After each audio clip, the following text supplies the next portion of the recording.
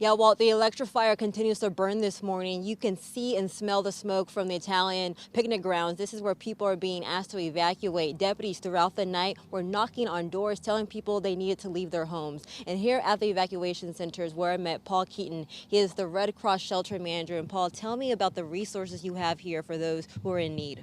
Mass and the California National Guard has been here for at least 5 days. You can see their vehicles behind me, and come around this way. You can still see that 6-foot fence wrapped around the Capitol. And then to my right over here, the National Guardmen protecting every inch of Sacramento. That protest is happening right now. Over a dozen parents and students are here protesting, demanding that 5 days a week in-person learning starts immediately now. But dozens of parents and students, like you said, were here at the district building, and this is what they left behind. Their signs taped to the walls and the doors of the district building, pleading and demanding that they reopen schools 5 days a week for in-person learning. I'm standing in the exact spot where Mario Gonzalez lived his final moments. Here's the memorial that was made in his honor. People have came here all throughout the day to show their respects, but now an outside agency is conducting an investigation into the police department on whether or not his death was a result of excessive force. That's right, Kurt. Here in Chester, it's a ghost town, not just because most of the population has evacuated, but coming into Chester, you see a gray, ghostly screen of smoke leading you into town. And fire crews tell me they don't know when people will be able to return to their homes. With 3 cats, 2 dogs, a turtle, and several birds, pet supply owner Michelle Watkins packed up her family and evacuated Chester. She is now staying in a trailer at an evacuation center in Susanville. The cats are living in a bathroom in the trailer because it's not our trailer, and they're confined with their cat box and their food and water. The dogs sleep inside with us. The birds and the tortoise all sleep in our car at night. There's no place inside for them. Watkins says she was worried about her animals and the hot temperatures, and the smoke is making air quality a concern. I check it every day when I check the temperature. We can put them inside and get them contained. I've had people offer to foster. Thunderstorms overnight came with high winds, creating an extreme fire event for fire crews. Plumas County announcing they are counseling repopulation for Chester, Lake Amador West, and Prattville. We did have 2 new starts last night. They got on them very fast.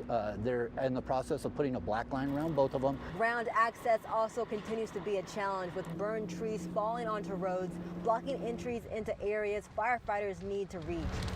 And thick smoke is making it difficult for crews to fight the fire from above. Yesterday, I believe they dropped about 35,000 gallons of water. So they were working a very active portion of the fire, but when the smoke rolls in, our aircraft can't fly because they can't see the ground. CAL FIRE says another wind event is expected as soon as Sunday, and they're keeping their eyes close on the forecast and preparing for it right now. Kurt. Books, activities, and representation. I love to learn. That's what brought 6-year-old Alea Williams to the underground bookstore in Sacramento's historic black neighborhood, Oak Park. She read me her favorite book by Deneen Milner. Daddy will be there with you in spirit, singing along with you. What brings Alea the most joy when reading is seeing characters who look like her own family. It reminds me when me and my dad used to always get us hugs, and we always spend time together. The trains on railroads. And she also showed me where she saw reflections of herself. Okay, which one do you think looks most like you? This one. Why is that? Because I'm black like her. Yeah, look like us, huh? Alea sees herself in these stories and dreams of her own possibilities. I pushed myself in the book, and my wish was to be a teacher. From one page to another, author and activist Sonia Lewis finished writing her first children's book. She hopes to add more representation of people of color in literature for kids like Alea. Lewis grew up in the Bay Area and moved to Sacramento in 1985. When we arrived in the Meadowview community. I attended Luther Burbank High School. When Lewis went off to college, she said she vowed to never come back to Sacramento because of the disparities she witnessed growing up, such as young black women being involved in gangs, drugs, or were teen moms. And it took me several years being away from Sacramento to realize my community needs me and my voice is representative of this community. Representation that Lewis says is important in all spaces for young black children, which led her to write Monsters and Aliens. Imagine a world where young people don't have to heal from their childhood. And so what is that voice you wish they heard? What is that thing that you experienced that you wish you could have spoke, right?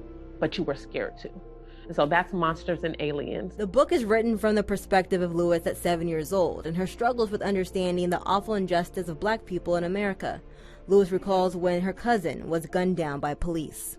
He was literally walking away in the middle of the street in his underwear. No weapon, but because he was defiant and not paying attention, he was shot in the back. And so listening to that as a young child, I think I internalized those things. And I was like, we had just had a lesson on the Statue of Liberty. And my teacher said something about liberty is like the freedom to live and the freedom to choose. And I was like, well, then killing cousin Carl wasn't liberty.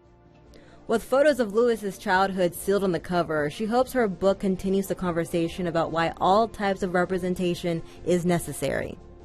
I'm just saying that representation makes a kid say that there are endless possibilities. I am smart. I am smart. I am special. I am special.